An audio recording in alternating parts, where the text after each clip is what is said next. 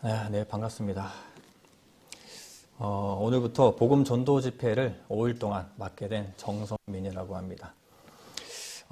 오늘 이 시간 처음 오시는 분들도 계실 것이고 또 영상으로 처음 접하시는 분들도 계실 겁니다. 저는 원래는 미대를 전공했다가 하나님에 관한 궁금증들이 많아서 이 신앙생활 하는 가운데 사이버 신학대학교를 졸업하고 또 궁금한 것들을 계속 배워나가고 있는 사람입니다. 오늘 돌아보니까 처음 오시는 분들도 계시고 또 다들 이 표정들이 걱정을 하시는 분들도 계시더라고요. 제가 이 말씀을 준비하면서 느꼈던 것이 다른 때 말씀을 가지고 이 자리에 서는 것보다 이번 이 전도 집회라는 말씀을 가지고 이 자리에 설 때 느꼈던 생각나더라고요. 성경에 이스라엘 백성이 아말렉과 전쟁을 하게 됩니다. 전쟁을 하는데 모세가 팔을 들었을 때 전쟁에 이기게 되고 팔을 내렸을 때 전쟁에 지는 것들을 봐요. 아론과 훌이 그 모습을 지켜보고 돌단을 쌓고 팔을 받쳐주고 또 팔을 함께 들어줍니다. 그렇게 해서 전쟁을 이기게 되는 모습들을 봤는데 마치 제가 모세라는 입장이라고 하면 교만할지 모르겠지만 이 말씀을 준비하면서 정말 많은 성도님들이 함께 하고 계시구나라는 것들을 많이 느꼈습니다. 물질적으로도 또 건강식품을 주기도 하시고 이런 것들을 보면서 정말 이 복음이 전해지도록 많은 성도님들이 응원하고 함께하고 있구나라는 것들을 느꼈어요. 그래서 이번 전도 집회에 정말 성공적으로 이루어지게 하고 처음 분들은 마지막 날까지 끝까지 참여해 주셔서 말씀을 통해서 꼭 진리로 자유함을 얻는 그런 귀한 시간들 되기를 원합니다. 사람을 설득하는 데에는 여러 가지 유형이 있습니다. 누군가는 객관적인 것들을 바라기도 하고 누군가는 주관적인 체험들을 바라기도 합니다. 또 누군가는 분석적인 데이터를 요구하기도 해요. 그러면서 신뢰 관계를 쌓고 설득이 되는 경우들이 있거든요. 믿음 안에서도 마찬가지입니다. 누군가는 객관적인 증거 자료를 바라기도 하고요. 누군가는 주관적인 체험을 바라기도 합니다. 또 누군가는 신뢰 가는 사람의 말을 좋아하기도 해요. 이런 모든 것들이 이루어지면 똑같은 살아오지 않았기 때문에 누군가는 정말 객관적인 것들을 원하기도 합니다.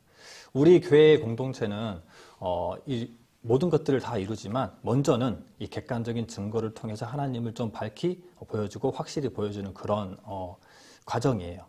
성경이 정말 사실이고 성경 안에 하나님이 계시고 성경에 말하는 하나님이 정말 살아 계시고 그리고 천국과 지옥이 있다면 정말 그 중요한 것을 먼저 전해야 되는 것이 당연한 거 아니겠어요?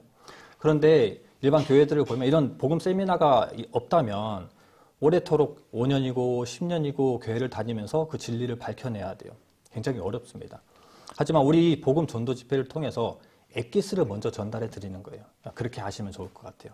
그래서 이 전도 집회를 통해서 하나님 살아 계시는 것과 또 죄에 관해서 또 복음에 관해서 말씀드립니다. 복음은 쉬운 겁니다. 굉장히 쉬운 거예요. 그리고 복음은 가정입니다. 하지만 그 복음의 가정을 전달해 드리기 위해서 우리가 과학적인 것과 고고학적인 것과 역사적인 것들을 많이 사용할 겁니다. 그래서 이 복음, 기쁜 소식이라고 하는 이 복음을 받아들이기 위한 과정 속에서 하루도 빠지지 말고 오셔야 됩니다. 아시겠죠? 그리고 잘 집중해서 들으셔야 됩니다. 이 자리에 이게 모셔온 인도하신 분들은 굉장히 이 자리에 모신 그분을 소중하게 생각하고 소중하기 때문에 이 자리에 모신 거예요. 우리는 복음을 전하는데 누구에게나 전합니다. 누구는 좋고 누구는 싫어서 이렇게 배제하거나 그러진 않고 누구에게나 전하는데 가급적 정말 소중한 사람들에게 먼저 전해져요. 그렇기 때문에 이 자리에 오신 분들과 또 이 영상을 소개받아서 영상을 켜신 분들은 그 영상을 소개받으신 분에게 또 인도함을 받으신 분에게 정말 소중한 사람이라는 것을 아시고 이 시간 정말 잘 집중해서 들어주시기를 바랍니다. 혹은 이렇게 들으셔도 됩니다. 내가 이 모임이 정말 믿음이 있는 모임인지 네가 말하는 그 말이 정말 사실인지 내가 다 캐내보겠다 라는 마음으로 들으시면 더 감사합니다. 이 성경을 전하는데 정말 거짓이 하나도 없어요. 또 밝히면 밝힐수록 더욱더 믿음이 더 성장할 수밖에 없는 것이 바로 이 성경입니다. 그래서 오늘 이 말씀을 통해서 진리로 여러분들이 자유함을 얻는 시간들이 되기를 간절히 바랍니다. 먼저 요한복음 8장 32절 말씀을 제가 말씀드릴게요. 제가 찾을 수 있는 부분들은 함께 찾고 함께 읽을 부분들은 함께 읽고 시간이 많지 않기 때문에 가급적 이 앞에 화면을 보시면서 성경을 보시면 될 것 같아요. 이 성경 구절이 의심이 되시면 적어서 가셔도 됩니다. 진리를 알지니 진리가 너희를 자유케 하리라. 요한복음 8장 32절 말씀입니다. 요즘 시대의 사람들을 보면 굉장히 바쁘게 살아가죠. 사실 이 자리에 오늘 오기로 하신 분들도 굉장히 많았던 것 같아요. 그런데 이상하게도 일정들이 틀어지면서 바쁜 그 일정으로 또 혹은 또 아파서 또 못 오시는 분들이 많이 있습니다. 요즘에 주변 사람들만 보아도 그렇습니다. 저는 이제 40대거든요. 주변에 30, 40대들 보면 굉장히 바쁘게 살아가요. 바쁘게 살아가고 동시에 뭔가 젊었을 때 고생을 짧게 끝내고 노후를 준비해서 뭔가 대박 나서 빨리 편안하게 살아가려고 하는 그런 마인드가 많습니다. 그래서 투자도 많이 해요. 이렇게 사람들의 인생이라고 하는 길을 가는데 빨리 가기를 바랍니다. 생각보다. 인생이 빨리 가서 끝나는 것이 아니라 빨리 성공해서 빨리 편안한 삶을 누리는 것이 사람들의 이 지금의 정말 바쁘게 살아갑니다. 그리고 사람들을 보면은 휴대폰 속에 갇혀서 살아요. 스마트폰을 너무 하고 살아가는 것들을 많이 보거든요. 하지만 우리가 길을 갈 때 길을 빨리 가는 것도 중요하지만 무엇보다 올바른 길, 그 방향을 잡는 게 중요합니다. 그래서 이번 전도 집회로 여러분들에게 올바른 방향을 알려드리려고 해요. 그런데 우리가 우리 인생을 살아가다 보면은 병들거나 아프거나 이랬을 때 비로소 그 길의 올바른 방향을 찾는 경우들이 많거든요. 하지만 우리가 오늘 이 전도 집회를 통해서 인생을 한번 돌아보고 죽음은 무엇인지 고민해보는 시간을 가졌으면 좋겠습니다. 그래야 비로소 정말 하나님은 살아 계실까라는 진리를 찾고자 하는 마음들이 열릴 거라고 생각해요. 그래서 오늘 이 첫 번째 말씀, 진리를 알지니 진리가 너희를 자유케 하리라 라는 말씀입니다. 처음 오시는 분들, 우리가 그분을 통해서 이 교회의 한 일원이 되게 하고 또 헌금을 받고 또 많은 사람들이 또 헌금을 해서 이 건물이 커지고 이러기를 바라는 마음으로 모셔온 분이 절대 없을 거예요. 이곳에 모셔온 이유, 그리고 이 영상을 전달한 이유는 하나님을 알게 하기 위함입니다. 진리로 자유케 하기 위함이에요. 이 말이 사실 어떤 말인지 자세히는 모르겠지만 우리가 이 말씀의 5일 동안의 과정을 다 듣다 보면은 자유케 한다는 것이 이 말이구나라는 것을 분명히 알게 될 겁니다. 자, 앞에 성이 예쁘죠? 이 있는 입니다. 이 성을 짓기 위해서 많은 수고가 들어갔죠. 많은 위치를 선정하는 데에도 굉장히 탁월한 그런 선택들을 했을 겁니다. 과연 이 성이 그냥 생겼을까요? 절대 그렇게 생각하시는 분이 없을 거예요.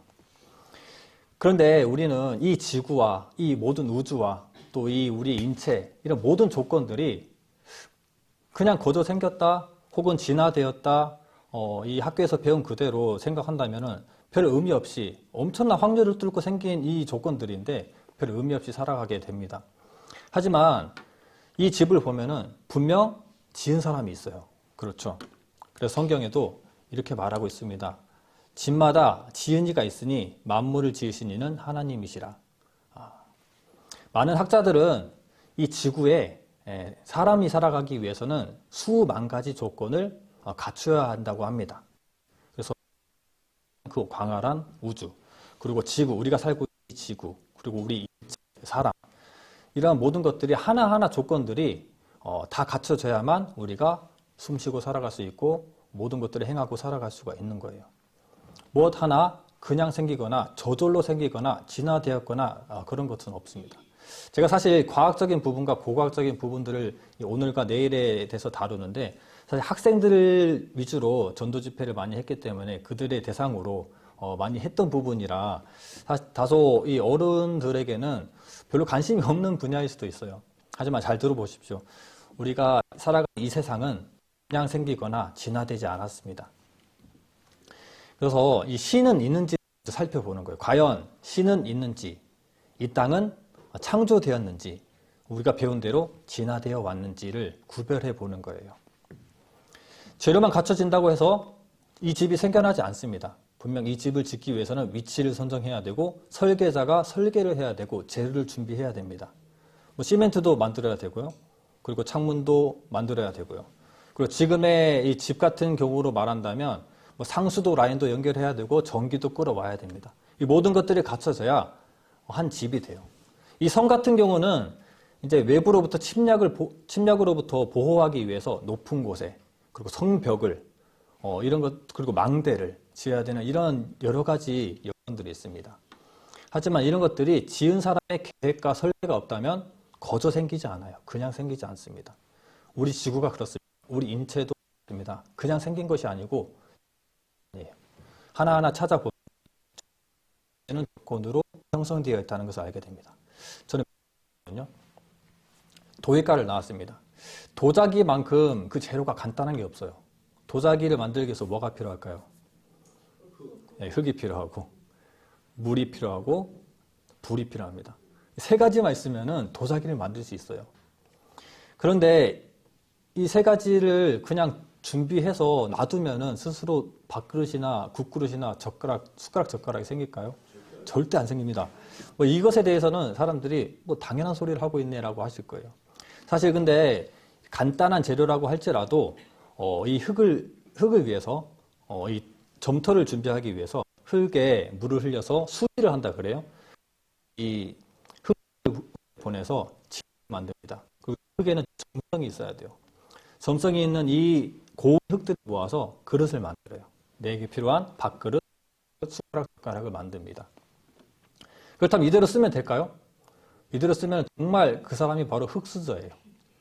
그 숟가락으로 밥을 먹으면 흙을 먹는 것이고 밥그릇도 마찬가지입니다. 하지만 이것이 초벌의 과정에 들어가야 됩니다. 850도라고 하는 초벌의 과정에 들어가야 우리가 밥그릇, 국그릇 쓸 수 있는 이 재질이 돼요. 하지만 이것도 부족합니다. 반영구적으로 쓸 수는 있지만 까끌까끌하고 또 쓰다 보면은 자꾸 마모가 돼요. 그래서 두 번째 과정이 필요합니다. 재벌을 해야 돼요. 근데 재벌이라는 과정에 들어가기 전에 유약을 발라야 됩니다. 유약도 그냥 유약이 생기는 게 아니에요. 잿물을 태워서 잿물을 준비해서 해야 우리가 알고 있는 광이 나는 유광의 그릇이 생기게 됩니다. 이렇게 재료 준비, 또 설계자의 구상, 그리고 초벌이라고 하는 불의 온도가 들어가야 되고 초벌이라고 하는 또 1250도의 온도가 들어가야 됩니다. 그렇다고 해서 단순히 되는 것도 아니에요. 불도 적당히 다 잘 골고루 가야 됩니다. 이런 과정이 없으면 나에게 필요한, 나에게 적절한 밥그릇, 국그릇, 숟가락, 젓가락이 안 만들어져요. 이렇게 간단한 도자기도 설계자의 설계가 들어가야 되고 재료가 필요합니다. 조건들이 엄청나게 많이 필요해요. 근데 이것 하나도 사람들이 거저 생겼다라고 하면 믿지 않는데 우리가 살고 있는 이 지구는 왜 사람들이 궁금해하지 않을까요? 우리는 왜 어떻게 빅뱅의 이론이나 무슨 충돌로 달이 만들어지고 지구가 만들어지고 이런 것들을 왜 믿고 있는 거죠? 분명 우리가 살아가고 있는 이 세계는 누군가의 계획이 있습니다. 누군가의 설계가 있어요. 그래서 성경에 이런 많은 구절들이 있습니다. 먼저는 신이 있는지 상식적으로 여러 가지 조건들을 찾아보고 그리고 성경 안에 있는 조건들을 성경 안에서 말하고 있는 지구의 조건들을 한번 찾아볼게요. 이런 모든 것들을 다 이루기 위해서는 엄청난 확률이라고 말씀드렸죠. 확률에 대한 영상을 하나 보도록 하겠습니다.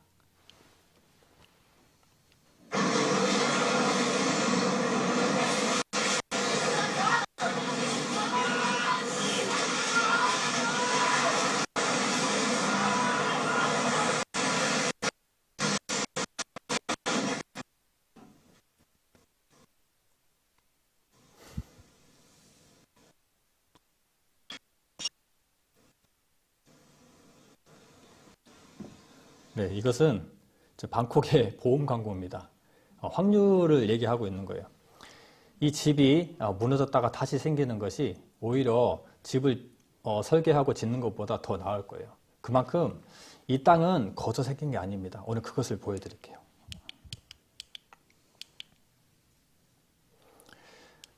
바로 창조입니다. 먼저 우주와 지구 이런 것들을 먼저 보여드리겠습니다. 다 알고 있는 내용들입니다. 우리 지구 과연 자연스럽게 우연히 이렇게 사람이 살 수 있는 위치에 있을까요? 태양과의 거리는 바로 라이프 존이라고 해요. 이 라이프 존, 이 초록색이 보이시죠? 이 초록색 구간에만 있어야만이 사람이 살 수 있는 행성이라고 합니다. 과연 우연히 이 자리에 위치했을까요? 그 외에도 지구에는 자전축이 있어요. 23.5도 기울여져 있습니다. 그냥 반듯해서 태양을 반듯하게 돌아간다면은 우리는 같은 위도상에서만 살아갈 것이고 계절이 없습니다. 하지만 공전을 하기 때문에 북반구와 남반구에 태양이 계절마다 다르게 가게 됩니다. 그래서 우리 위치에도 계절이 바뀌게 되고 북반구에도 햇빛이 가게 되고 남반구에도 햇빛이 가게 돼요. 그냥 우연히 됐을까요? 누군가의 계획이 있기 때문에 23.5도를 자전축을 틀어놓은 겁니다. 그 외에도 보면은 지구에 중력이 있죠. 중력이 없으면 우리가 살아갈 수가 없어요. 이 적당한 크기로 만들어져야 적당한 중력이 생깁니다. 또 기울기도 이 자기장이라는 게 있습니다. 지구에는 자기장이 있어서 태양으로부터 날아오는 좋지 않은 광선들 이런 것들이 타고 올라가서 북쪽과 남쪽에 보이는 것이 바로 오로라라고 하죠. 이런 것처럼 다양한 조건들이 그냥 생긴 것들이 아닙니다. 지구를 본다면 사실 이 모든 것들을 다 하나하나 집어서 말씀드리기에는 굉장히 오랜 시간이 걸리니까 몇 가지만 살펴볼게요. 지구라고 하는 것에 대해서 정말 꼭 필요한 것이 무엇이 있을까요? 지금 학자들이 제2의 지구를 찾고 있는데 뭘 발견하려고 하고 있죠? 물을 찾으려고 하고 있어요. 물과 공기만 봐도 이것은 생길 수 있는 게 아니에요. 다른 행성에 가면은 있다라고 하겠지만 이것을 이 원소로 보면은 굉장히 이해가 되지 않는 그런 것들입니다. 먼저 물을 보면 공기를 보면 우리가 공기를 마신다고 하죠. 우리가 공기로 호흡을 할 수 있는 이유는 바로 그 안에 산소가 있기 때문이에요. 산소 21%가 있습니다. 하지만 대부분이 뭐죠? 질소예요. 질소 78%입니다. 산소 21%라고 하는 것이 얼마나 적정인지 말씀드리면은 사실 우리가 질소를 한 번에 질소만 마시면은 어떻게 될까요? 죽어요. 네, 죽습니다. 제가 회사에 질소 설비가 있거든요. 질소 설비가 있는데 설비가 고장이 나서 점검구를 열고 정비를 하다가 뭔가 시원한 느낌이 들더라고요. 질소가 불어오더라고요. 이게 질소인지 몰랐어요. 질소를 잠갔다고 생각했는데 잠그지 않았더라고요. 뭔가 앞이 캄캄해지더라고요. 다행히 저는 이제 필터 마스크를 끼고 있었기 때문에 질소가 서서히 들어왔어요. 뭔가 이상하다 싶어서 뒤로 밀어서 다행히 살았습니다. 몸이 마비가 돼서 뒤로 확 넘어가더라고요. 질소를 한 번 없이. 왜냐하면 산소가 산소가 근육과 뇌로 가게 되잖아요. 근데 이 산소가 전달이 되지 않으면은 질소를 한 번에 마시면은 한 두세 모금이면 바로 몸이 경직됩니다. 근데 넘어진 게 질소 있는 쪽으로 넘어지면 죽는 거예요. 하지만 뒤로 넘어갔기 때문에 살았던 그런 적이 있습니다.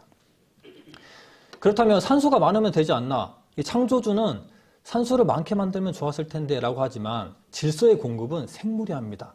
생물은 질소의 공급을 받아요. 번개가 치면은 질소의 공급을 받는 거 우리가 배웠잖아요. 때문에 질소의 공급을 받기 위해서는 생물이 질소의 공급을 받기 위해서 질소의 퍼센트가 또 충분히 있어야 됩니다.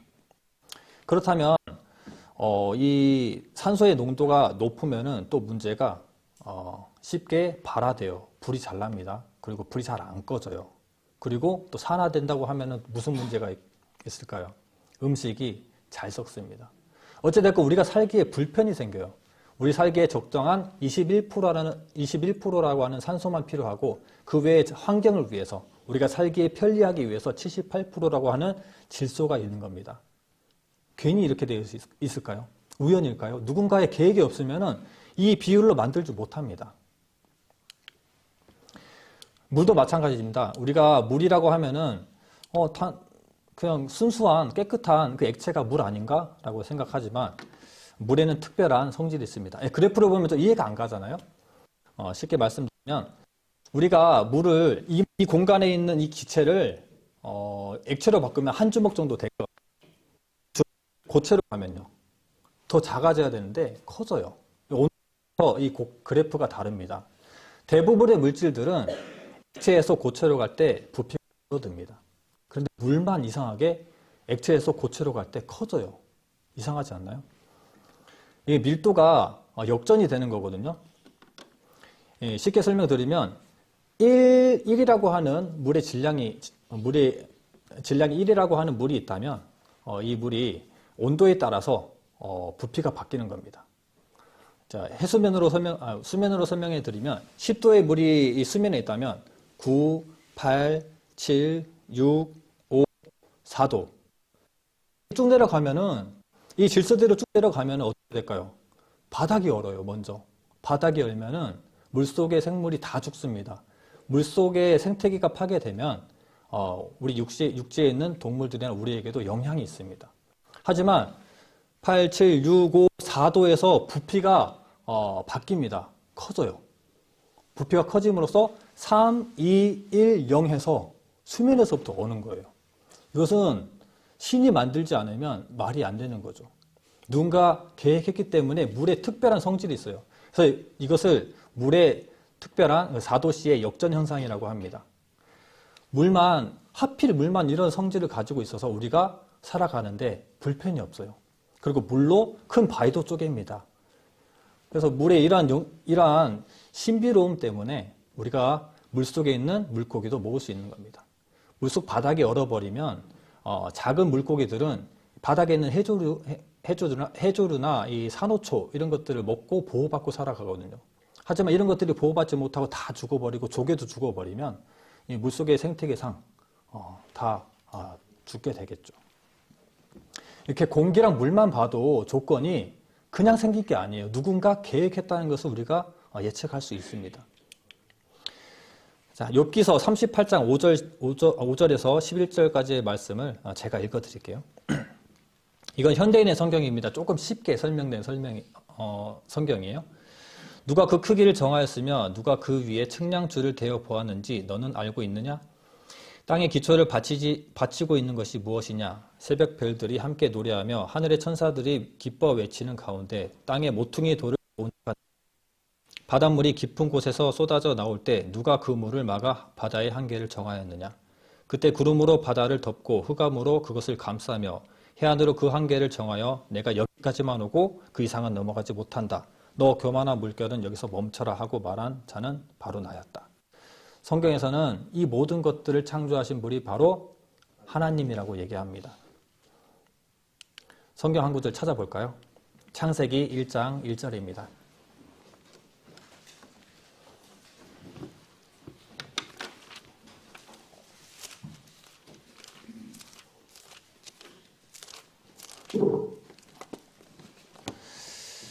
성경은 66권으로 되어 있고요. 한 권의 성경으로 모아져 있지만 이 안에는 66권의 성경을 모아놓은 책입니다. 그 중에 가장 첫 번째 책이 창세기이고 창세기에는 창조와 그리고 그들의 초기 역사에 대해서 담겨 있어요. 창세기 1장 1절 말씀 다 함께 읽어보겠습니다. 태초에 하나님이 너희를 창조하시니라. 네. 수많은 종교의 책들을 보면은 그들의 경전을 보면 어떤 경전을 봐도 어떤 종교를 봐도 좋은 글만 적어놨지 어떻게 창조를 했고 그리고 연대가 어떻고 또 흠이 있으면 흠 같은 부분들도 잘 적지 않습니다. 하지만 성경에는 그 시작점을 명확하게 적어놓고 있고 그 땅의 원리와 모든 것들 역사들을 다 적어주고 있습니다.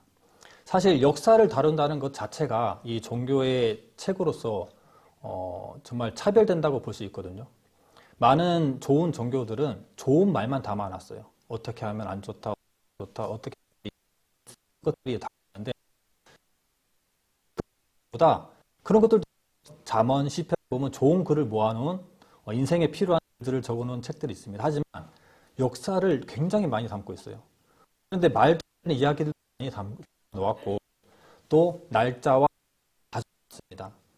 그만큼 자신 있는 거죠. 사실이기 때문이에요. 사실이기 때문에 예수님이 오는 족보에 좋지 않은 인물들, 뭐 창녀의 이름도 올라가 있어요. 왜냐하면 사실인가 그대로 옮겨 놓은 겁니다. 뭐 하나 흠이 있어서 빼지 않아요. 그래서 오늘 이 창세기를 통해서 태초에 하나님이 천지를 창조하셨다라는 것을 알게 되는데, 누가 창조하셨는지, 어떻게 창조하셨는지 이 성경에 보면은 지구 과학이 많이 등장합니다. 하지만 이 성경은 예수님을 증거하는 책이에요.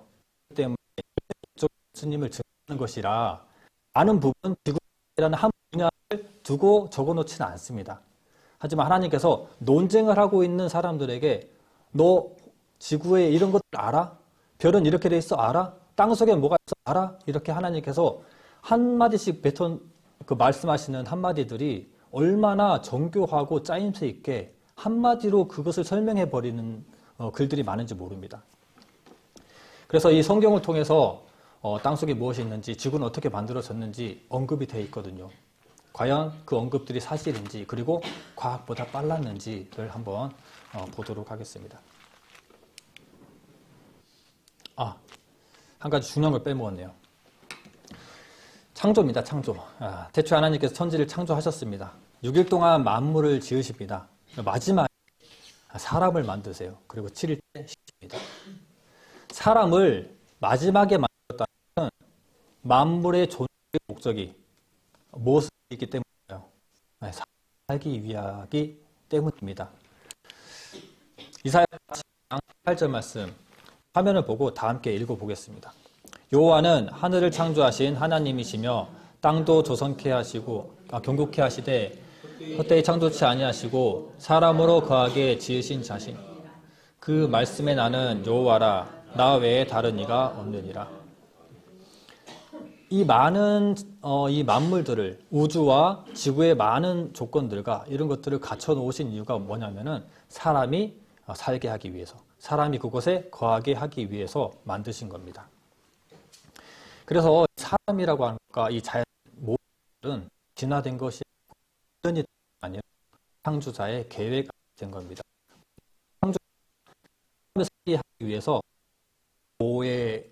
보호할 수 있는 장치를 만들고, 사람이 먹고 마실 수 있는 것들을 만들고, 또 지구를 지키는 여러 가지 조건들을 만든 겁니다. 지금은 당연한 지식일 거예요. 지금 말씀드리는 많은 것들이 뭐 지구는 둥글다, 땅속에는 불이 있다, 이런 것들이 당연한 지식이겠지만 과학적으로 확인되고 밝혀진 지 정말 오래되지 않은 것들이 많습니다. 특히 성경에 쓰여질 시기에는 결코 밝힐 수 없는 내용들이 그대로 적어졌어요. 자, 이 사진을 보시면 이제 의문이 들기 시작하죠. 과연 이 모든 만물이 사람이 거할 수 있도록 지어진 거라면 행성들은 왜 있는 거지? 라고 생각할 수 있습니다. 행성들이 있기 때문에 각자의 힘을 통해서 이 태양계가 유지됩니다. 그런데 정말 중요한 것은 이 목성과 토성, 크잖아요.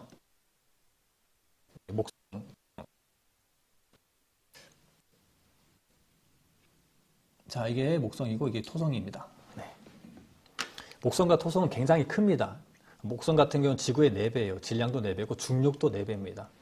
이런 것들이 있는 이유는 실제로 운석이나 해성들이 이 태양계로 들어와서 지구에 위협이 될 때 이 토성과 목성이 그것을 받아칩니다. 중력으로 끌어안아 버려요. 그러니까 우리 지구와 충돌하지 않도록 만든 겁니다. 헛되이 창조한 게 아니에요. 실제로 이런 일들이 있었습니다. 1994년 7월 16일에 목성과 충돌한 슈메이커 레비 9이라고 하는 해성이에요. 이것은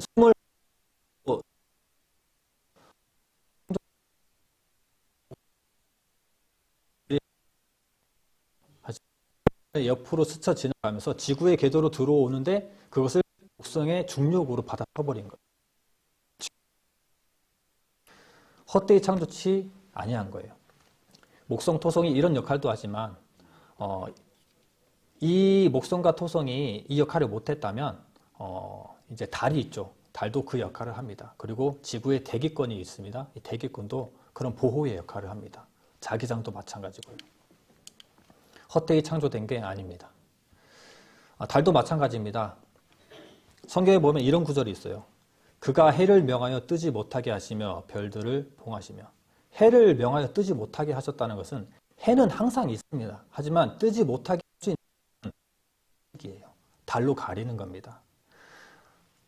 달로 해를 가리는 것 굉장히 절묘합니다. 무슨 창조자의 계산이 없으면 절대 만들어질 수 없는 거예요. 일식은 뭔지 아시죠? 뭐 한식, 중식, 일식이 아니라 개인식. 달이 가리는 겁니다. 그걸 일식이라고 완전히 가리는 것을 개기일식이라고 합니다. 이거 영상 하나 보시겠습니다.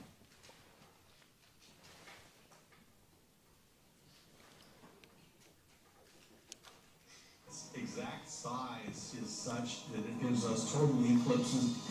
Its disk exactly covers the sun. And the chances of that occurring are so literally astronomically small. It's very disturbing.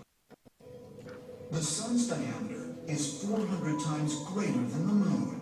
And coincidentally, the sun also happens to be nearly precisely 400 times further away. This is the reason that the sun and the moon appear the same size in the Earth's sky, and why we on Earth can experience eclipses of the sun.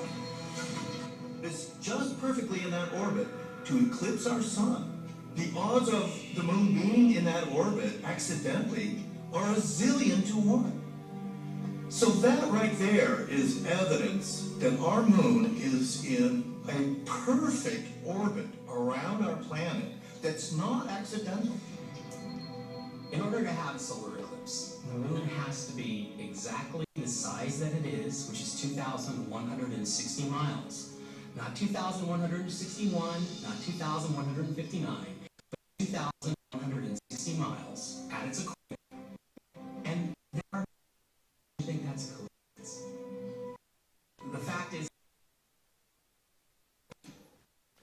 뭔가 필요한 겁니다. 영상이 조금 어려울 수 있어요. 쉽게 설명드리면 달의 지름이 1이라면 태양의 지름이 400입니다. 1대 400이에요. 그리고 지구와 달과의 거리가 1이라면 지구와 태양과의 거리가 400이에요.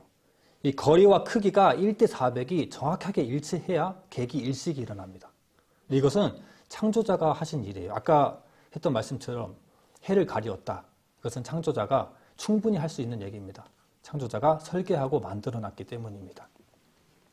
이렇게 하나하나 따져가다 보면은 모든 것들이 그래요. 말도 안 되는 조건으로 되어 있습니다. 달이 조금이라도 우리가 줄어들기 때문에 물이 오염될 수도 있어요. 적정의 이 비율을 유지하기 때문에 우리가 살 수 있는 겁니다. 이 지구에서. 달마저도 그냥 생긴 것이 아니고 뭔가 행성이 충돌해가지고 나무 파편이 지구 주위를 도는 그런 이상한 가설들 다 틀린 겁니다. 하나님께서 다 계획하신 거예요. 그렇다면 제가 말하고 있는 것이 과연 과학적인 것보다 이 성경이 과학적인 것보다 빠르냐? 중요하겠죠. 왜냐하면 성경이 늦게 적혔으면 과학보다 늦어버리면 제가 여러분들께 과학을 얘기할 필요가 없습니다. 그래서 성경이 언제 쓰여졌는지가 중요해요. 성경은 구약 39권, 신약 27권으로 되어 있습니다. 그래서 여기서 BC와 AD를 말씀드릴게요. BC라고 하는 것은 기원입니다. AD는 기원 후예요. BC는 Before Christ라고 해서 예수님 오시기 전, AD는 아노 도미니라고 해서 그가 오신 이후, 예수님이 오신 이후라고 해서 라틴어입니다. BC라고 하는 것은 우리가 지금 2023년도니까 제로 지점에서 반대로 값이 커집니다. 그거 참고하시고 구약 39권은 AD 90년 암리아 공의에서 최종적으로 확정이 됩니다. 70인역 성경이에요. 사실 70인역 성경은 이때 최종 확정이 되지만 만들어진 지는 더 오래전이에요. 70인역 성경이라는 것이 우리 알렉산더 대왕 아시죠? 알렉산더 대왕이 통치했을 때 좀 일찍 죽었어요.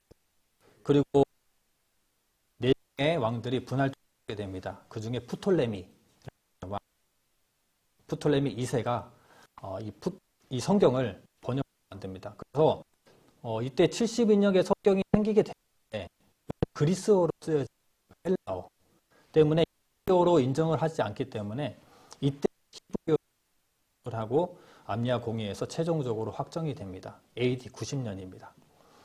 신약 27권은 AD 397년 카르타고 종교회의에서 결정됩니다. 이때는 로마 제국이 끝나고 비잔틴 제국이 시작될 때예요. 이때는 기독교를 확 끌어안습니다. 콘스탄티누스 황제가 기독교를 국교화시키고 많은 기독교인들을 끌어모아요. 이때 나온 것이 바로 카톨릭입니다. 이때 이 종교회의에서 결정됩니다. 성경 27권. 예수님 오신 이후니까 당연히 기원 후겠죠. 397년 결정이 됩니다. 이 정리가 되었다라고 하는 것은 선택된 거예요. 여러 가지 성경이 있습니다. 이 성경 외에도 성경들이 있습니다. 위경, 외경들이 있어요. 하지만 여러 가지 부합 조건에서 탈락됐기 때문에 지금 우리가 보이는 66권의 성경만 하나님의 영감을 받은 사람들의 성경으로 받아들입니다. 자, 성경은 누가 썼는가? 하나님이 직접 써서 내려줬는가? 그건 아니죠. 베드로서 1장 20에서 21절을 보면 먼저 알 것은 경의 모든 예언은 사사로이 풀 것이 아니니 예언은 언제든지 사람의 뜻으로 낸 것이 아니요 오직 성령의 감동하심을 입은 사람들이 하나님께 받아 말한 것입니다. 하나님의 감동을 입은 사람들이 하나님께 받아 적은 겁니다. 그래서 저자라고 하면은 사람의 이름이 올라갈 수 있지만 불러준 사람이 저자니까 아니면은 받아 적은 사람이 그렇죠. 불러준 사람이 저자예요. 때문에 하나님의 하는 사람들을 적은 것이 말씀이에요. 근데 이 성경은 뜻과 다르게 변하지 않아요. 왜냐하면 처음부터 이 사본 역사가 그렇습니다. 성경은 원본이 없어요. 사본들로만 이루어져 있습니다. 근데 사본을 얼마나 철저하게 적었냐면은 사본이 틀리면 씻어요. 목욕을 해야 됩니다. 그리고 그 글자를 파냅니다. 다시 적어요. 성경이 다 완성됐는데 오타가 3개라도 있으면 그 성경은 불태웁니다. 또 그 성경을 적는데 야훼라고 하는 하나님이라는 이름이 나오면 하나님이라는 글을 써야 되면 목욕을 재개합니다. 그만큼 거룩하고 두려움으로 적었던 거예요. 그렇기 때문에 신약 당시에 SNF라고 하는 사람들이 성경의 번역들을 진행하는데 이렇게 쿰란이라고 하는 공굴에서 진행을 합니다. 그래서 지금 우리가 정말 오래된 성경책이 1200년도에 성경이 많이 있습니다. 얼마나 오래되었느냐라는 것을 밝히기 위해서 사해사본을 보여드릴 거예요. 사해사본이라는 건 뭐냐면 쿰란 동굴에 사람들이 양을 치고 있는데 양을 잃어버렸어요. 근데 이제 그 쿰란이라고 하는 이 동굴에 돌을 던져 보니까 뭐가 깨지는 거예요. 보니까 그 안에 항아리 안에 두루마리 성경, 가죽에 쓰여진 두루마리 성경을 발견한 거죠. 이게 1947년부터 1956년까지 10년 동안 사해 서북쪽 쿰란 지역에서 11개의 동굴에서 발굴합니다. 900여 편의 옛 문서를 발견해요. 에스더서를 빼고 모든 발굴합니다. 바로 이것이 쿰란의 4번 동굴입니다. 문서가 가장 많이 발굴된 그 안에는 이렇게 되어 있었고 대인 두루마리가 보관되어 있었습니다. 이 신문에도 나왔었죠. 47년 동굴서 사본 역사 1000년을 앞당겼다. 우리가 볼 수 있는 1100년, 1200년의 성경들은 이 책으로 보여졌기 때문에 믿을 수 있지만 얼마나 오래된 것인가를 밝힐 수가 없었는데 사본 역사를 1000년을 당겨버린 겁니다. 이때 정말 중요한 역할이 뭐냐면 그때의 성경과 지금의 성경이 전혀 다르지 않다는 거예요. 사실 성경을 여러분들이 이제 5일 동안 들어보시면 아시겠지만 성경은 완벽합니다. 역사적으로 완벽하고 과학적으로, 고고학적으로 너무 완벽해요. 동물의 내용들도 다 완벽합니다. 그런데 이런 것들이 후대 몇몇 사람들에 의해서 고쳐진 것이 아니냐라는 의심을 받을 정도로 그렇습니다. 하지만 사본이 발견되고 나서 보니까 그때의 성경과 지금의 성경이 전혀 차이가 없다는 거예요. 영상을 하나 보여드리겠습니다. 최근에 발견된 코덱스 사순입니다.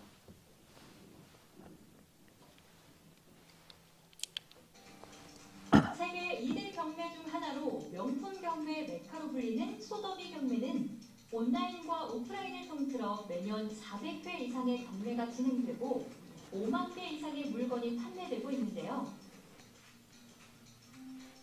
최근 소더비 경매에 세계에서 가장 오래된 히브리어 성경책이 등장해 화제가 되고 있습니다. 바로 396장의 황산지를 묶어 만든 두께 13cm, 무게 12kg의 초대형 성경책 코덱스 사진인데요.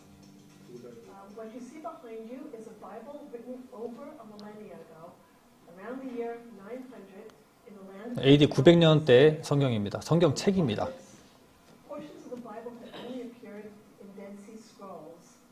And after the Dead Sea Scrolls, after that period, which ended around the 1st, 2nd century of the Common Era, there are no book forms of the Bible, there's no biblical text until the year 900, the late 9th, early 10th century, when this Bible... 책의 형태를 갖춘 책 중에 가장 오래된 성경책이라고 하는 거죠. 11세기 초 칼럼 벤 아브라함이라는 남성이 처음 판매한 뒤 13세기까지 시리아 북동부의 한 유대교회에서 했는데요.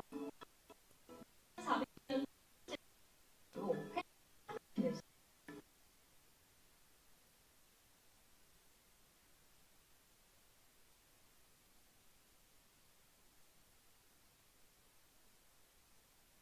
최근 동매에 등장한 건데요.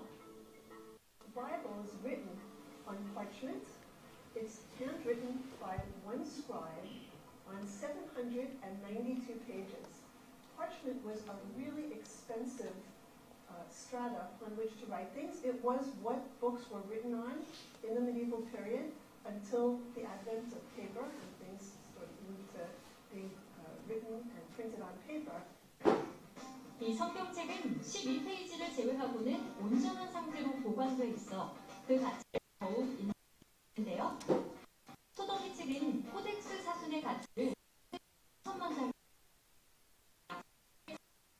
달러로 보고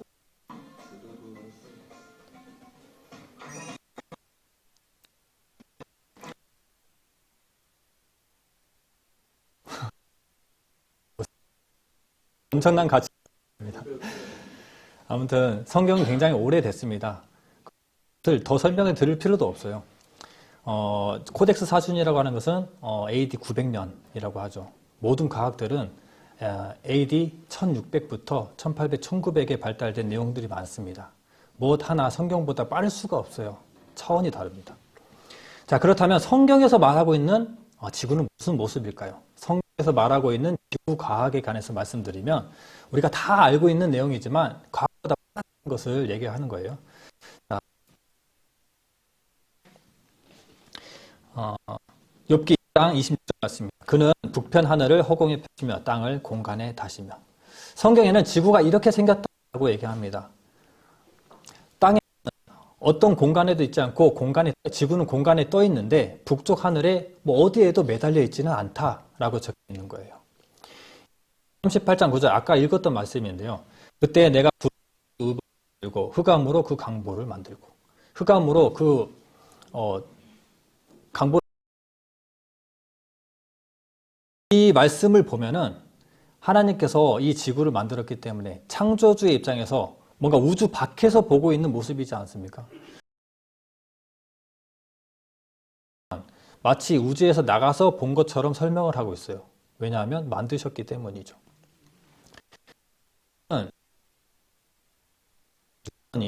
만역의 밝혀내면서 지구가 둥글고 허공에 떠 있다는 것을 밝혀냅니다. 고대인들은 과관이었습니다. 동물이 지구를 받치고 있다. 고대 인도 사람들입니다. 그리스 사람들은 신이 받치고 있다라고 생각했어요. 고대 이집트 사람들은 낮과 밤을 하늘의 여신 누트가 만들어준다라고 생각했어요. 실제로 먼 바다로 가면은 떨어져 죽는다라고 얘기했던 데가 얼마 되지 않습니다. 하지만 성경은 지구에 대해서 아주 명확하게 설명하고 있어요. 자, 이 사진을 보십시오. 별입니다. 최근에 만들어진 제임스 웹 우주 망원경으로 찍은 수많은 별의 모습입니다. 하늘의 만상을 셀 수 없으며 바다의 모래는 측량할 수 없나니. 사실 옛날 사람들 셀 수 있다고 했어요. 그래서 4천 몇 개로 정의한 적도 있습니다. 하지만 성경은 별을 볼 때 없다. 하늘의 만상을 셀 수 없고 바다의 모래는 측량할 수 없다라고 얘기합니다. 이 우주를 보니까 내 자신이 좀 작아지지 않습니까? 이 우주의 신비로움과 경이로움을 보면 그 크기에 나라는 존재는 정말 하염없이 작은 존재가 됩니다. 하지만 성경 말대로라면 이 거대한 우주가 나를 위해서 존재하는 것이고 이 거대한 우주가 나를 위해서 존재한다면 나는 하나님이 만드신 존귀한 사람입니다. 굉장히 귀한 사람이죠. 이거 보여드리려고 이 별 이야기를 했냐? 그렇지 않습니다. 별에 대해서도 굉장히 드릴 것들이 많아요. 이름들이 다 있잖아요. 별자리. 그런데 욥기 38장 31절에 보면 네가 묘성을 메어 떨기 되게 하겠느냐? 그리고 삼성의 띠를 풀겠느냐? 하나님께서 말씀하십니다.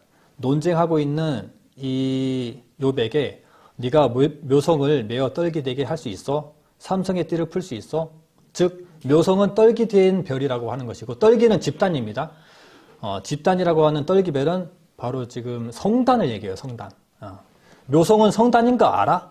삼성은 그 띠가 풀려 있는 거 알아? 라고 얘기하는 겁니다. 묘성을 보겠습니다. 묘성은 황소자리에 있는 플레이아디스 성입니다. 여기 플레이아디스 성 보이시죠? 플레이아디스 성인데 이 별들이 우리가 눈으로 보기에 6개나 7개 정도로 밝게 빛나 보입니다. 하지만 이 별들을 가까이서 보면은 성단이에요. 하나의 별이 아닙니다. 성단이라고 하는 것은 별들의 묶음이에요. 많은 별들이 모인 집합체, 성경이 말하는 떨기별이라고 하는 것이 바로 성단입니다. 너 묘성이 성단인 거 알아? 그때는 천문학이 발달되어 있지 않았어요. 천문학으로 밝혀진 지도 그렇게 오래되지 않았습니다. 플레이아디스 성의 별들이 가까이서 보면은 그 별도 떨기별이라는 것이 1990년대에 밝혀집니다. 그렇다면 이 두 번째 말, 삼성의 띠가 풀려 있다. 그거 알아? 라고 물어보는 거죠. 옆에 보시면 이 삼성입니다. 삼성의 띠는 이거예요. 오리온이죠. 오리온 자리. 이 자리가 우리가 보기에 별자리는 이렇게 돼 있을 것 같은데 풀려 있습니다. 엄청난 거리를 가지고 있어요. 성경이 그냥 가볍게 던진 말을 보면은 얼마나 절묘하게 맞아떨어지는 설명인지 모릅니다. 삼성의 띠는 풀려 있습니다. 굉장히 좋은 표현이죠. 그렇다면 땅 속에는 무엇이 있을까요? 지면은 식물을 내나 지하는 불로 뒤집는 것 같고, 아니 땅 속에 불 있는 걸 누가 몰라요. 그렇죠? 화산 폭발하면 불 있는 거 알죠. 하지만 우리가 주목해야 될 것은 바로 이겁니다. turned up. 불로 뒤집는 것 같다는 표현이 굉장히 중요합니다. 영어 성경에 turned up이라고 되어 있어요. 돌고 있다. 불이 돌고 있다. 뒤집고 있다는 겁니다. 19세기까지 지구 내부 구조는 밝혀지지 않았습니다. 20세기 가까이 돼서야 비로소 내부 구조가 밝혀져요. P파와 S파를 보내서 이 땅 속에 핵이 처음에는 액체 상태로만 있다라고 얘기했는데 물질이 다르다. 이중 구조다라고 사람들이 밝혀냅니다. P파는 직선, S파는 곡선이에요. 한 가지는 액체만 뚫고 한 가지는 고체를 뚫습니다. 때문에 물질이 다르기 때문에 이 지진파로 땅속에 외핵과 내핵이 분류되어 있지 않다라고 옛날 사람들은 얘기했지만 분류되어 있다. 하나는 액체고 하나는 고체다. 내핵과 외핵을 분류해냅니다.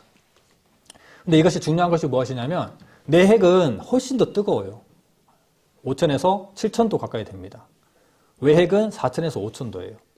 이 고체의 중심이 굉장히 뜨겁기 때문에 액체인 이 외핵은 돌게 됩니다. 열로 인해서 순환하게 돼요. 열로 인해서 이 대류 현상이 발생하게 되는데 이 현상 때문에 발생되는 것이 바로 전류, 자기장입니다. 이것 때문에 우리 지구가 자기장을 가지고 있는 거예요. 그래서 땅속에 불이 돌고 있다. 굉장히 땅속에 가보지 않은 사람들은 모르는 표현입니다. 할 수 없는 표현이에요. 하지만 하나님께서 만드셨기 때문에 땅속에 불이 돌고 있다는 것은 아주 가벼운 얘기입니다. 하지만 우리는 그것을 밝혀내는데 굉장히 오래 걸렸어요. 20세기까지 와서야 비로소 밝혀내게 됩니다. 때문에 이 욥기서 37장 22절에 보면 북방에서는 금빛이 나오나니 하나님께는 두려운 위험이 있느니라. 북방에는 금빛, 아름답고 귀한 그 불빛이 나오는데 오로라죠. 오로라를 보면 하나님의 능력이다. 그것은 하나님의 위험이다 라고 얘기하는 겁니다. 이거 영상으로 한번 보겠습니다.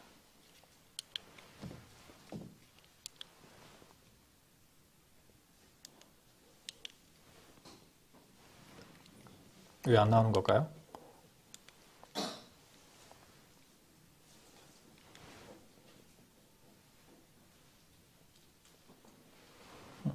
잠시만요.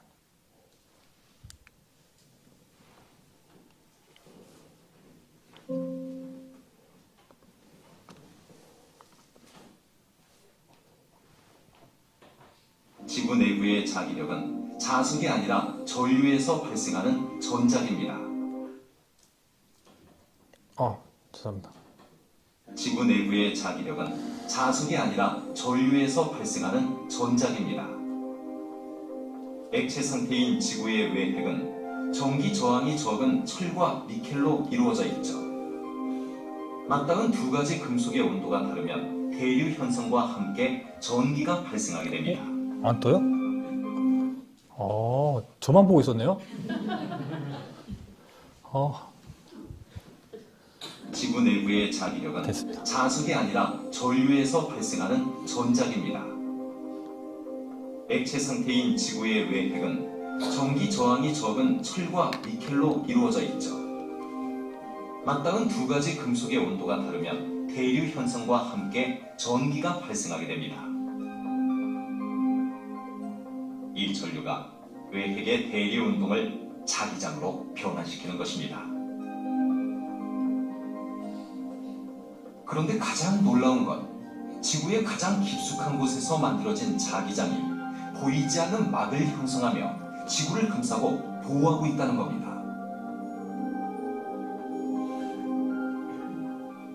The Earth's magnetic field is a bubble around the Earth that protects and shields us from harmful solar radiation and plasma.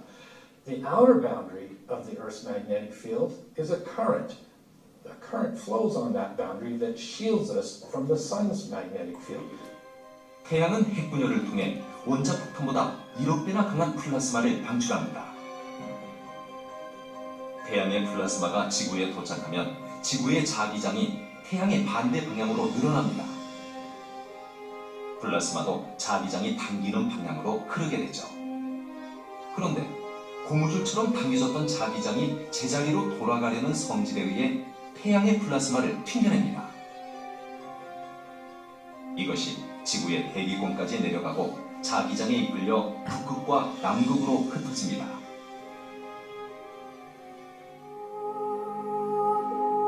신비로운 빛 오로라는 태양으로부터 우리를 보호하고 있는 지구 내부 자기장의 힘에 의해 발생한 거죠.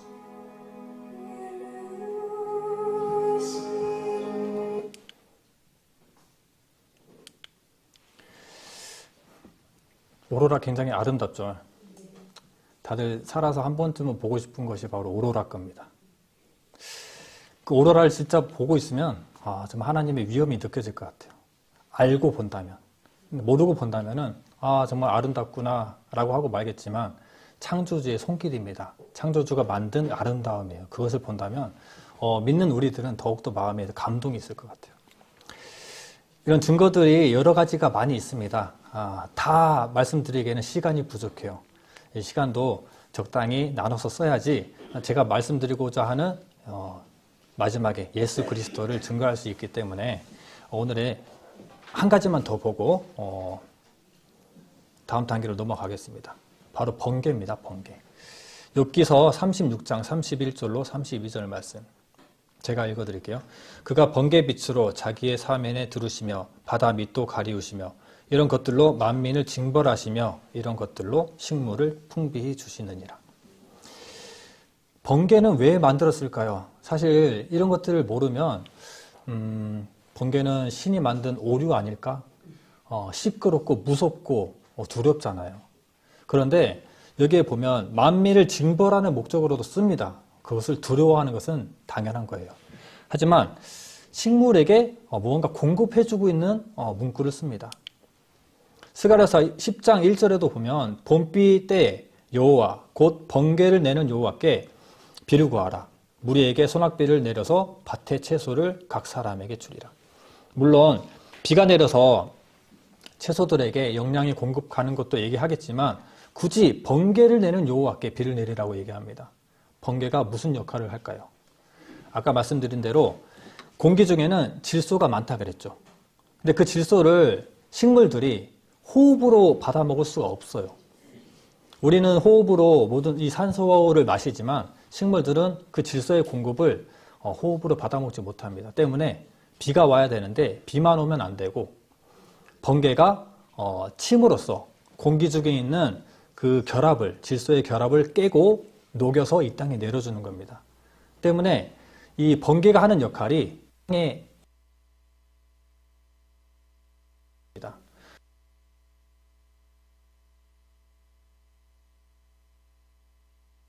일산염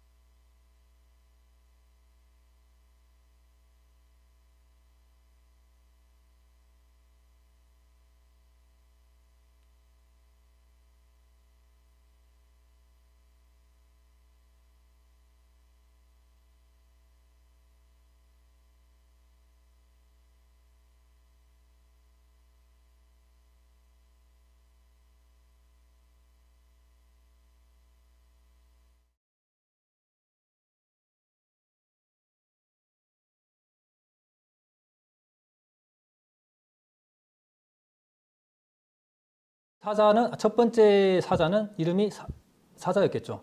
첫 번째 호랑이는 이름이 호랑이였겠죠. 당연한 겁니다. 첫 번째 사람은 그 이름이 사람입니다.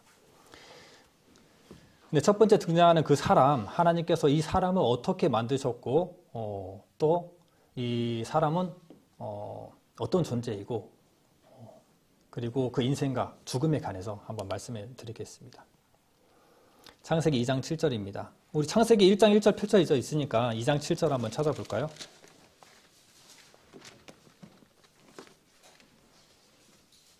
2장 7절 다 함께 읽어보겠습니다. 여호와 하나님이 흙으로 사람을 지으시고 생기를 그 코에 불어넣으시니 사람이 생명이 된지라. 네. 우리 이제 뭔가 좀 상식적으로 단순하게 다가가 보는 겁니다. 사람을 무엇으로 만들었죠? 네, 흙으로 만들었어요. 지금은 아는 사람들이 많이 있습니다. 하지만 이것을 알기까지 얼마 되지 않았습니다. 18세기 말엽에 19세기 초에 원형질과 광물질을 과학적으로 분석한 개발됩니다. 그래서 인체를 구성하는 성분과 흙이라고 하는 성분이 같은가 이것으로 확인할 수가 있었어요. 바로 인체를 구성하는 주요 성분들은 산소, 탄소, 수소, 질소입니다. 흙도 마찬가지예요. 산소, 탄소, 수소, 질소입니다. 중학교 1학년 때 과학 선생님이 옥곡에 오셔가지고 제가 옥곡에서 학교를 나왔거든요.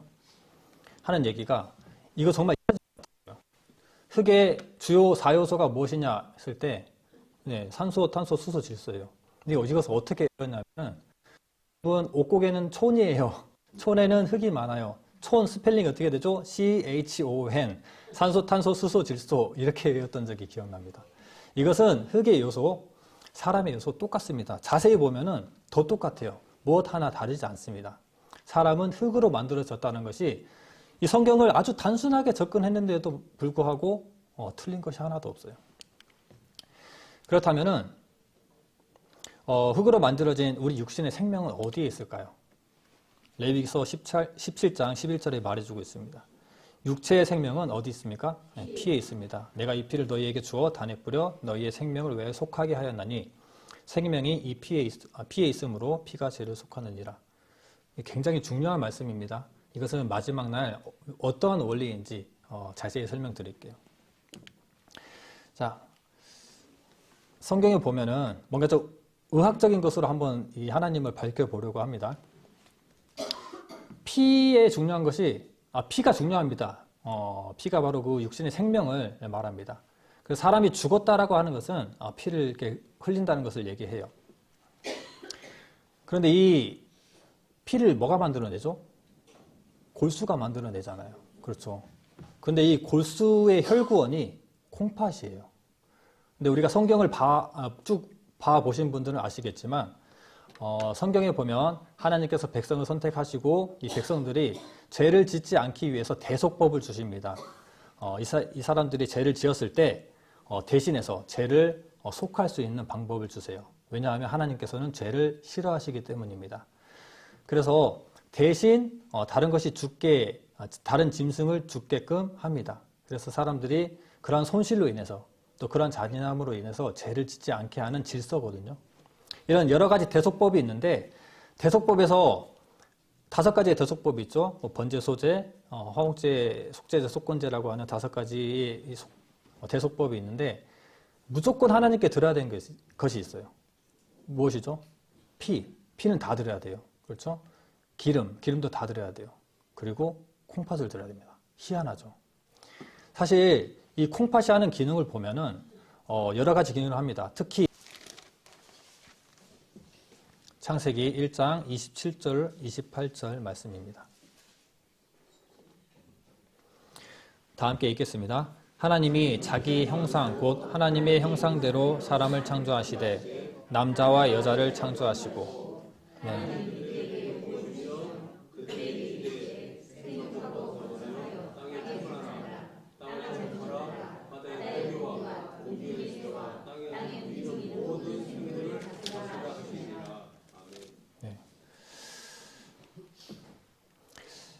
저는 27절만 읽으려고 했는데 잘못 적어놨네요. 하나님께서 자기 형상대로 하나님의 형상대로 사람을 만들었다고 합니다. 그렇다면 하나님의 형상은 손과 발이 있고 우리의 이미지일까? 뭐 그렇다기보다 여기서 말하고 있는 것은 우리가 하나님과 같이 영적인 존재라는 겁니다. 우리는 하나님의 형상으로 지어진 영혼이 있는 자들이에요. 영혼이 진정한 나이고 이 몸은 잠시 머물다가 떠날 흙집, 장막집이라고 성경은 얘기합니다. 고린도후서 5장 1절입니다. 만일 땅에 있는 우리의 장막집이 무너지면 하나님께서 지으신 집, 곧 손으로 지으신 것이 아니요 하늘에 있는 영원한 집이 우리에게 있는 줄 아나니. 우리는 이 땅에 장막집, 우리 몸이라고 하는 흙집에서 잠시 사는 겁니다. 하지만 우리가 죽는다는 것은 이 몸을 벗어버리고 하나님 품으로 가는 것을 얘기하고 있어요. 욥기서 19장 26절 밑에 말씀입니다. 이 가죽, 이것이 썩은 후에 내가 육체 밖에서 하나님을 보리라. 성경은 분명히 영혼이 존재하고 그 영혼이란 존재가 바로 나이다. 여러분입니다. 때문에 우리가 피를 흘려서 죽는다는 그 죽음이라는 의미보다 성경에서 말하는 죽음이라는 의미는 영혼의 죽음을 얘기합니다. 때문에 우리가 영혼이 분명 죽게 되면은 천국과 지옥 둘 중에 한 곳으로 가게 돼요. 때문에 죽는다라고 하는 것은 팔, 다리가 없어져도 살 수 있죠. 나라는 존재가 없어지지 않습니다. 심장이 없어도 이것은 펌핑해서 사용할 수가 있어요. 나라는 존재가 없어지지 않습니다. 나라는 존재는 어디에 있는지 몰라요. 왜냐하면 하나님의 형상대로 영혼에 존재하기 때문에, 영혼으로 존재하기 때문에 어디 하나 잘라도 나라는 존재가 작아지지 않습니다. 지체만 작아질 뿐이지. 우리는 영적인 존재입니다. 하나님이 살아계시다면 우리는 영적인 존재인 것이고 그 성경이 사실이라면 천국과 지옥이 있습니다. 그리고 천국과 지옥이 있다면 우리는 어느 곳 하나 진리를 모른다면 지옥에 가게 되겠죠. 때문에 진리를 통해서 자유함을 얻는다라고 하는 메시지가 무엇이냐면 이 두 번째, 영혼의 죽음을 구원받는 것, 영혼이 구원받는 것을 얘기합니다. 이것 또한 말씀을 다 들으시고 마지막 때 더 자세하게 설명드리도록 하겠습니다. 우리의 인생은 짧습니다. 그렇죠. 성경도 마찬가지로 이렇게 짧다고 얘기합니다. 우리의 연수가 70이요 강건하면 80이라도 그 연수의 자랑은 수고와 슬픔뿐이요 신속히 가니 우리가 날아가나이다. 제가 올해 만 나이 40입니다. 여기 앉아 계신 분들에 비하면 아가입니다. 아가. 그렇죠. 그런데 이런 저도 세월이 굉장히 빨리 간다고 느껴져요. 어른들이 갈수록 더 빨리 간다고 말씀하시는데 그것이 벌써 체감될 정도면은 저보다 더 어른 되시는 분들은 얼마나 세월이 빨리 갈까요? 눈 깜짝할 새에 모든 과거들이 이루어진 겁니다. 그래도 이 짧은 인생에서 진리를 아는 이 현실에 너무 감사가 될 뿐이에요. 그래서 우리 이 짧은 인생에서 이 적은 시간, 굉장히 작은 시간입니다. 이 작은 시간들을 투자해서 신의 존재를 찾고 그 신이 하나님이라는 것을 찾는 것은 굉장히 중요한 일이죠. 하지만 앞에 말씀드린 대로 사람들이 굉장히 바쁘게 살아갑니다. 또 말씀을 듣다 보면은 하나님도 계시지만 사탄도 있기 때문에 여러 가지 유혹되는 일들도 많이 발생해요. 여하튼 우리는 수명이 다하고 병들거나 사고가 나거나 하면 한순간 죽게 됩니다. 사람의 죽음은 나와 죽음의 거리는 한 걸음 차이라고 얘기합니다. 언제 죽을지 몰라요. 물론 병들어서 죽음을 대비하고 준비를 하는 사람들은 복 있다고 봅니다. 저는. 하지만 사고로 죽거나 갑작스럽게 죽게 되는 것들은 굉장히 안타까워요. 결국 하나님을 만나지 못하고 죽는다는 말이죠. 그래서 죽음을 고민해 봐야 됩니다. 성경에서도 죽음을 고민하는 것이 얼마나 중요한지 지혜롭다고 얘기합니다. 전도서 7장 4절입니다. 지혜자의 마음은 초상집에 있으되 우매자의 마음은 연락하는 집에 있느니라. 현대인의 성경으로 번역해드리면 지혜로운 사람은 죽음에 대해서 많이 생각하지만 어리석은 사람은 눈앞에 보이는 즐거움밖에 생각하지 못한다. 제가 서두에 말씀드린 대로 지금 사람들은 눈앞에 보이는 즐거움만 쫓아 살아갑니다. 그렇죠? 한 틈도 놓치지 않고 즐거움만 쫓아서 살아가요. 하지만 지혜로운 사람이라면 죽음을 고민해 봐야 됩니다. 레프 톨스토이가 이런 말을 했어요. 세상에 죽음만큼 확실한 것은 없다. 그런데 사람들은 겨우살이는 준비하면서도 죽음은 준비하지 않는다고 합니다. 잠시만요. 그렇다면 우리 인생은 어디에서 와서 어디로 가는 걸까요? 마지막 영상 하나 더 보도록 하겠습니다.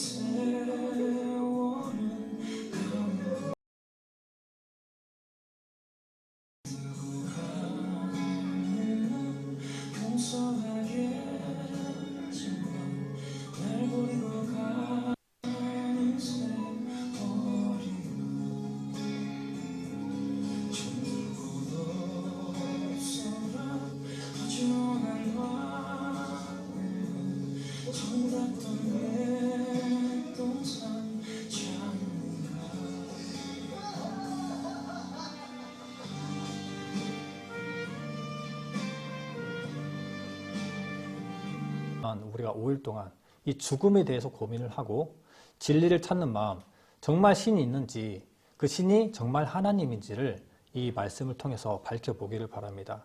오늘 여러분들께 과학적인 것에 대해 접근해서 말씀드렸는데 저는 솔직히 이 과학적인 접근들을 그렇게 썩 좋아하지는 않습니다. 오히려 후에 말씀드릴 이스라엘 역사에 관한 부분들은 굉장히 확실합니다. 이것이 확실하지 않다는 것이 아니라 그에 비하면 이것은 아무것도 아닙니다. 내일 고고학적인 이야기 그리고 수요일날 이스라엘 역사에 관한 이야기를 말씀드릴 텐데 5일 동안 오셔가지고 믿음의 확신, 하나님 살아계신다는 것에 대한 확신을 얻어서 하나님의 존재를 확신을 가지시기를 바랍니다. 그럼으로써 우리가 결국 돌아가는 것은 진리로부터 자유를 얻게 하기 위함입니다. 그것 명심하시고 5일 동안 꼭 이 자리에 와주시기 바랍니다. 기도하고